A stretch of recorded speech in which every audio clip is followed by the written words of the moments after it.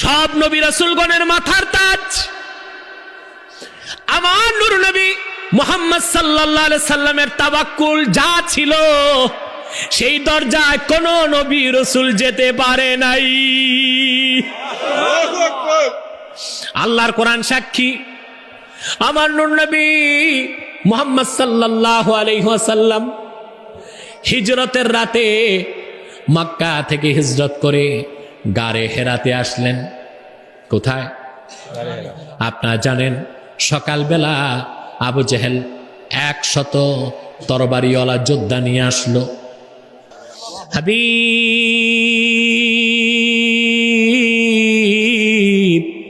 মুহাম্মদ সাল্লাল্লাহু আলাইহি ওয়াসাল্লাম, আপনি আপনার উম্মতকে বলে দেন, লা ইউসিবানা ইল্লা মা কাতাবাল্লাহু লানা, আমাদের ভাগ্যলিপিতে আল্লাহ যা লিখেছেন এর বাইরে কোনো বিপদ আপদ, মৃত্যু, যন্ত্রণা, হামলা মামলা, হুলিয়া, জেল, জুলুম, নির্যাতন আমাদের স্পর্শ করতে পারবে না। বলেন সুবহানাল্লাহ।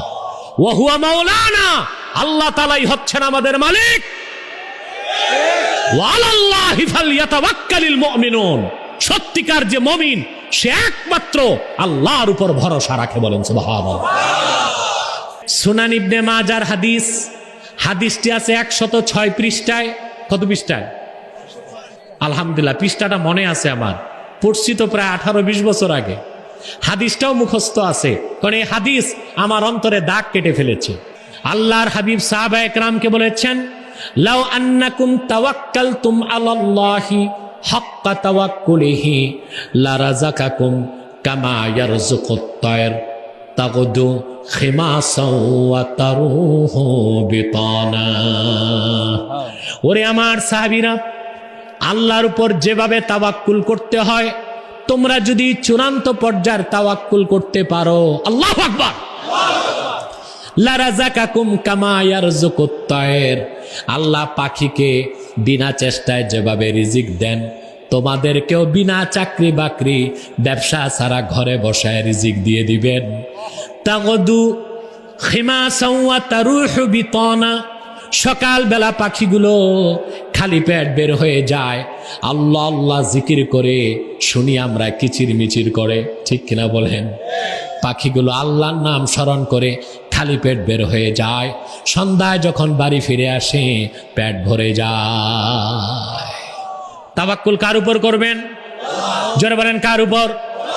খাঁটি মুমিনের সবচেয়ে বড় গুণ হলো তাওয়াক্কুল আলাল্লাহ, সর্বদাই সে আল্লাহর উপর তাওয়াক্কুল করবে, ঠিক কিনা বলে?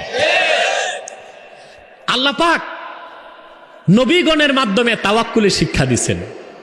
1 2 না, 25 জন নবীর তাওয়াক্কুলের কথা তিনি কোরআনে তুলে ধরেছেন।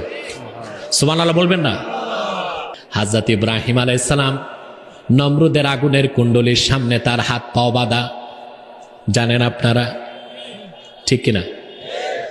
নমরুদ যখন আগুন প্রজ্বলন করলো হযরত ইব্রাহিমকে আগুনে দিতে, আগুনের তাপ এত বেশি ছিল কাছে যাওয়া যায় না।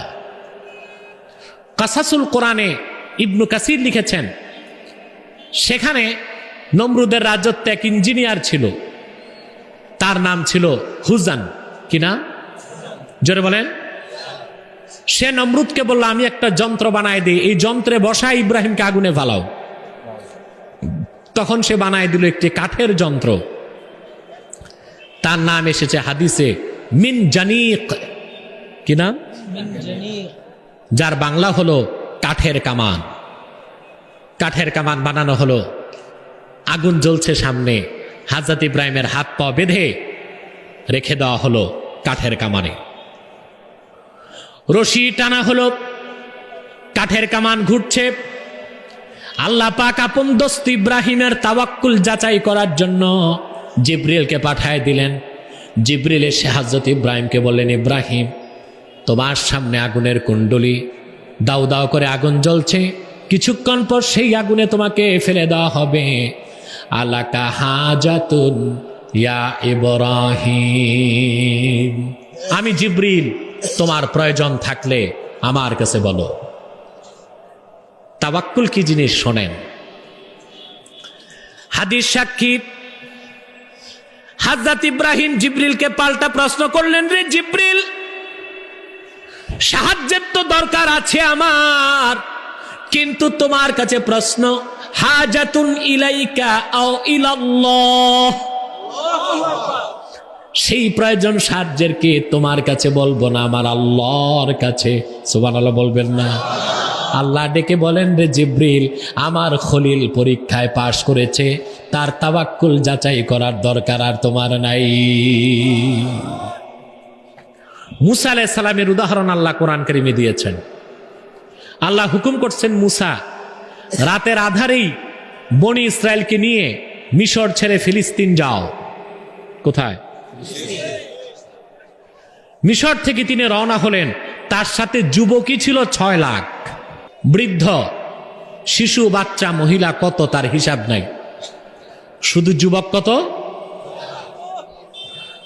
লক্ষ লক্ষ মানুষের কাফেলা নিয়ে মুসা নবী যখন দরিয়ার পারে আসলেন, বলেন তো সেই দরিয়ার নাম কি? না, এটা ভুল তাফসীর। সেই দরিয়ার নাম বাহরে কালজুম। কি নাম? নীল নদ। যারা মিশর গেছেন দেখেছেন, ছোট নদী, সাতরায়ও পার হইতে পারবেন।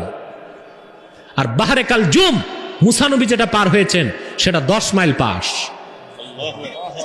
উত্তাল ঢেউ, কয়টা নৌকায় এই লাখ লাখ মানুষ পার হবে? সাগর পারে দাঁড়ায় আছেন তিনি। ফেরাউন খবর পেয়ে সকালবেলা 80,000 সৈন্য নিয়া, ঘোড়সওয়ার নিয়া মুসা নবীকে ধরতে আসছে। আচ্ছা বলেন ভাই, 10টা ঘোড়া দৌড়ালে তুফান শুরু হয়ে যায়, 80,000 মানুষ নিয়ে ফেরাউন আসছে, হাজার হাজার ঘোড়া নিয়ে। আকাশ কালো হয়ে গেছে ধুলায়। বনে ইসরায়েল মুসা নবীকে ধরছে। চিৎকার দিয়ে তারা মুসাকে বলল, ক্বালু ইন্না লামুদরাকুন। ওরে মুসা, বাড়িতে ছিলাম তাই তো ভালো ছিল, তুমি বাড়িঘর থেকে বের করে আনলা, দরিয়ার পারে, সামনে পানি, পিছনে তরবারি, আমাদের জীবন দেওয়া ছাড়া কোনো গতি নাই, জলদি পালানোর ব্যবস্থা করো। এটা বিপদ কিনা বলেন? কথা বলে না। মুসা নবী সে সময় কোনো ভয় পেলেন না। তিনি আমার আল্লাহর উপর তাওয়াক্কুল করেছেন। কিভাবে? আল্লাহ তা কোরআন কারীমে বলেছেন। মুসা নবী জবাবে বলেছেন, কাল্লা ইন্না মাইয়া রাব্বি সায়াহদিন। কখনো না, বনি ইসরায়েল ভয় পেও না, আমার রব আমার সাথে আছেন। আমার রব সায়াহদিন, এক্ষুনি তিনি পথ তৈরি করে দিবেন। এই ঘটনা বলা আমার উদ্দেশ্য না, আমি তাওয়াক্কুল বুঝাচ্ছি। আল্লাহ পথ বানাই দিছেন। কথা বলে না? এই লক্ষ লক্ষ বনি ইসরায়েলের ছিল 12টা গোত্র, আল্লাহ 12টা শুকনা রাস্তা বানাই দিছেন। এক পার থেকে তারা চলে গেলেন। সুবহানাল্লাহ বলবেন না? এবার আসেন, সব নবী রাসূলগণের মাথার তাজ আমার নূর নবী মুহাম্মদ সাল্লাল্লাহু আলাইহি সাল্লামের তাওয়াক্কুল যা ছিল, সেই দরজায় কোন নবী রাসূল যেতে পারে নাই। আল্লাহর কোরআন সাক্ষী। আমার নূর নবী মুহাম্মদ সাল্লাল্লাহু আলাইহি ওয়াসাল্লাম হিজরতের রাতে মক্কা থেকে হিজরত করে গারে হেরাতে আসলেন। কোথায়? আপনারা জানেন, সকালবেলা আবু জেহেল 100 তরবারিওয়ালা যোদ্ধা নিয়ে আসলো, ঠিক কিনা? কিন্তু কুখ্যাত আবু জেহেল এবং কাফেরের দল গারে হেরাতে আসার আগেই আল্লাহ পাক মাকড়সাকে হুকুম করলেন, গারে হেরার মুখে মাকড়সা জাল পেতে দিল। সুবহানাল্লাহ বলবেন না? কবুতর এসে ডিম পেড়ে দিল।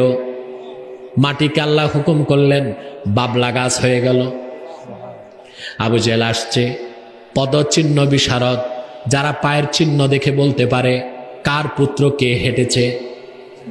আবু জেহেলকে এসে পদচিহ্ন বিশারদ বলল, আবু জেহেল, কাবার মালিক আল্লাহর কসম, গারে হেরার মধ্যেই মুহাম্মদ সাল্লাল্লাহু আলাইহি সাল্লাম আছেন এবং আবু বকর সঙ্গে আছেন। আবু জেহেল কয়, তোর মাথা খারাপ, যদি মুহাম্মদ সাল্লাল্লাহু আলাইহি ওয়াসাল্লাম গারে হেরাতে যেতেন, মাকড়সার জাল কিভাবে ঠিক থাকে, কবুতরের ডিম কেন ভাঙলো না, বাবলা গাছের এই যে ঢাকনা, ঢাকনা না, বাবলা গাছের ঝাপড়া, এটার তো কিছু হইল না। হযরত আবু বকর সিদ্দিক বলেন, আমি তাকায় দেখি কাফেরদের তরবারি দেখা যায়, চোখ থেকে পানি পড়তেছে আবু বকর সিদ্দিকের। নূর নবী ডেকে বললেন, আবু বকর রে, কান্না করো কেন? তিনি বললেন, ইয়া রাসূলুল্লাহ, ইয়া হাবিবাল্লাহ, আমি আপনার কদমে জীবন কোরবান করতে রাজি আছি, কিন্তু এখনো তো দিন পরিপূর্ণ হয় নাই। যদি তারা আপনি মুহাম্মদ সাল্লাল্লাহু আলাইহি ওয়াসাল্লামকে শহীদ করে দেয়, কাল কিয়ামত পর্যন্ত আমার আল্লাহকে আল্লাহ বলার তো কেউ থাকবে না। বিপদের সেই মুহূর্তে আমার নূর নবী মুহাম্মদ সাল্লাল্লাহু আলাইহি ওয়াসাল্লাম কিভাবে তাওয়াক্কুল করলেন আল্লাহ পাক বলেছেন। আল্লাহ কোরআনে সেই কথা তুলে দিয়েছেন, وَإِذْ يَقُولُ لِصَاحِبِهِ لَا تَحْزَنْ إِنَّ اللَّهَ مَعَنَا।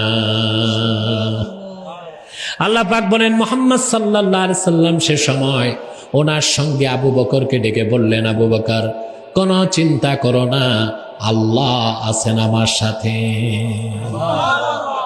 এবার একটা সূক্ষ্ম তাফসীর মাথায় ঢুকবে তোমাদের, কয়জি হয় ঢুকবে কিনা? মুসা যখন বিপদে পড়ল, তিনি বলেছেন, ইন্না মাইয়া রব্বি। আর আমার নূর নবী মুহাম্মদ সাল্লাল্লাহু আলাইহি সাল্লাম তাওয়াক্কুল করার সময় বললেন, ইন্নাল্লাহা মাআনা। দুই কথায় কত সূক্ষ্ম ব্যাখ্যা ইমাম বাইজাবি তাফসীর বাইজাবিতে লেখেন। মুসা নবী যখন বিপদে পড়লেন, আল্লাহর কথা স্মরণ করার আগে নিজের কথা তিনি স্মরণ করেছেন। তিনি বলেছেন, ইন্না মাইয়া রাব্বি, আমার সাথে আছেন আমার রব। কিন্তু আমার নূর নবী মুহাম্মদ সাল্লাল্লাহু আলাইহি সাল্লাম কাফেরদের তরবারির সামনে নিজের কথা মনে করেছেন, পরে আগে আল্লাহকে মনে করেছেন। তিনি বলেছেন, ইন্নাল্লাহা মা'ানা, আল্লাহ আছেন আমার সাথে। সুবহানাল্লাহ। আমার নূর নবী মুহাম্মদ সাল্লাল্লাহু আলাইহি ওয়াসাল্লাম ১৫০০ বছর আগে যে তাওয়াক্কুল শিক্ষা দিয়েছেন উম্মতকে, পূর্বের কোন নবীও ওই রকম তাওয়াক্কুল ইখতিয়ার করতে পারে নাই, বলেন সুবহানাল্লাহ। সেজন্য আল্লাহ পাক মুমিনের তৃতীয় গুণ বলেছেন, ওয়া আলা রাব্বিহিম ইয়াতাওয়াক্কালুন, খাঁটি মুমিনগণ তাদের রবের উপর ভরসা করে, বলেন সুবহানাল্লাহ। এই তাওয়াক্কুলের আবার স্তর আছে, যার ঈমান যত বেশি তার তাওয়াক্কুল তত বেশি। আবু দাউদ শরীফের হাদিস, এক সাহাবী রাসূলুল্লাহর কাছে এসে বললেন, হুজুর, আমি আসছি, উট বাদি নাই, আল্লাহর উপর তাওয়াক্কুল করছি। রাসূলুল্লাহ বললেন, আগে উট বাঁধো, তারপর তাওয়াক্কুল করো। সুবহানাল্লাহ বলবেন, কারণ তার ঈমানের স্তর যে কি আল্লাহ রাসূল তা জানতেন, ঠিক কি না? অপর দিকে দেখেন, সুনান ইবনে মাজার হাদিস, হাদিসটি আছে ১০৬ পৃষ্ঠায়। কত পৃষ্ঠায়? আলহামদুলিল্লাহ, পৃষ্ঠাটা মনে আছে আমার, পড়ছি তো প্রায় ১৮-২০ বছর আগে। হাদিসটাও মুখস্থ আছে, কারণ এই হাদিস আমার অন্তরে দাগ কেটে ফেলেছে। সুনান ইবনে মাজাহ ১০৬ পৃষ্ঠার হাদিস। আল্লাহর হাবিব সাহাবা একরামকে বলেছেন, লাউ আন্নাকুম তাওয়াক্কালতুম আলাল্লাহি হাক্কা তাওয়াক্কুলিহি লারাযাকাকুম কামা ইয়ারযুকুত তায়র তাগদু খিমাসাও ওয়া তারুহু বিতানা। ওরে আমার সাহাবীরা, আল্লাহর উপর যেভাবে তাওয়াক্কুল করতে হয়, তোমরা যদি চূড়ান্ত পর্যায়ের তাওয়াক্কুল করতে পারো, আল্লাহু আকবার, লারাযাকাকুম কামা ইয়ারযুকুত তায়র, আল্লাহ পাখিকে বিনা চেষ্টায় যেভাবে রিজিক দেন, তোমাদেরকেও বিনা চাকরি বাকরি ব্যবসা ছাড়া ঘরে বসায় রিজিক দিয়ে দিবেন। তাগদু খিমাসাও ওয়া তারুহু বিতানা, সকালবেলা পাখিগুলো খালি পেট বের হয়ে যায়, আল্লাহ আল্লাহ জিকির করে, শুনি আমরা কিচির মিচির করে, ঠিক কিনা বলেন? পাখিগুলো আল্লাহর নাম স্মরণ করে খালি পেট বের হয়ে যায়, সন্ধ্যায় যখন বাড়ি ফিরে আসে পেট ভরে যায়। তাওয়াক্কুল কার উপর করবেন? জোরে বলেন, কার উপর? আমি আগেই বলেছি, আমরা পীরেরা, বক্তারা ওয়াইজরা তাওয়াক্কুলের ওয়াজ যা করি তার 10 ভাগের 1 ভাগ আমাদের মধ্যে নাই। সেজন্য আমরা ওয়াজ করার আগে চিন্তা করি মুরিদ বাড়বে না কমবে, নেতা চিন্তা করে কর্মী বাড়বে না কমবে, বক্তা চিন্তা করে আগামী বছরের দাওয়াত ফাইনাল হবে কি হবে না। তাওয়াক্কুল নাই, কি নাই? তাওয়াক্কুল নাই। মিয়া সাহেব, মুমিন কখনো মৃত্যুকে ভয় পেতে পারে না, কারণ সে জানে তকদিরে যা লেখা আছে এর বাইরে কিছু হইতে পারে না। আল্লাহ পাকের একটা বাণী তোমাদের শোনায় শেষ করে দেই আজকে। জি না, মাথা কি ঠিক আছে তোমাদের? রাত 12টা পার হয়ে গেছে, একটু পরে দেখবা সিএনজি ড্রাইভাররা পাগলামি শুরু করবে। 12টা বাজলেই ওরা গাড়ি স্টার্ট দেয় আর ফোন করে শ্রোতারে ডাকে যে আইরা আইরা, মানে কি বলে আইবগা। আচ্ছা আচ্ছা, ঠিক আছে, কিছু কিছু শিখতেছি। প্রিয় ভাই বন্ধুগণ, যে কথা বলছিলাম, কি যেন বলছিলাম, তাওয়াক্কুল আল্লাহর উপর করতে হবে। আল্লাহ পাক বলেছেন কুল লা ইউসিবানা ইল্লা মা কাতাবাল্লাহু লানা ওয়া হুয়া মাওলানা ওয়া আলাল্লাহি ফালইয়াতাওয়াক্কালিল মুমিনুন। হাবিব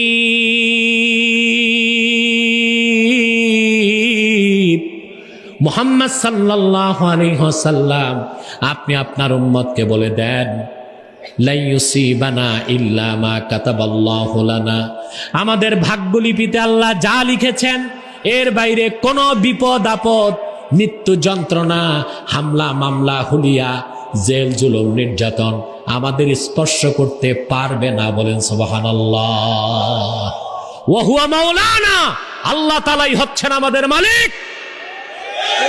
ওয়া আলাল্লাহি ফালইয়াতাওয়াক্কালিল মুমিনুন, সত্যিকার যে মুমিন সে একমাত্র আল্লাহর উপর ভরসা রাখে। বলেন সুবহানাল্লাহ। বিদায় বেলা আমার বাংলার প্রাণ শক্তি যুবকদের উদ্দেশ্যে একটি বার্তা দিয়ে যাচ্ছি। শুনে রাখো যুবকরা, মানব রচিত তন্ত্রমন্ত্র মতবাদকে বর্জন করে ফিরে আসো আল্লাহর কোরআনের দিকে। আর মনে রেখো, আল্লাহ দ্বীনের জন্য তুমি যদি কাজ করে যাও, মৃত্যু তোমাকে আসবে না আল্লাহর হুকুম ছাড়া, কোনো ক্ষতি তোমাকে স্পর্শ করতে পারবে না। এই তাওয়াক্কুল যেদিন আমাদের অন্তরে চলে আসবে, শুধু বাংলাদেশ নয়, গোটা দুনিয়া আল্লাহর কালেমার পতাকা তলে চলে আসবে। সারা দুনিয়ার নেতৃত্ব কর্তৃত্ব মুসলমানের হাতে পুঞ্জীভূত হয়ে যাবে ইনশাআল্লাহ।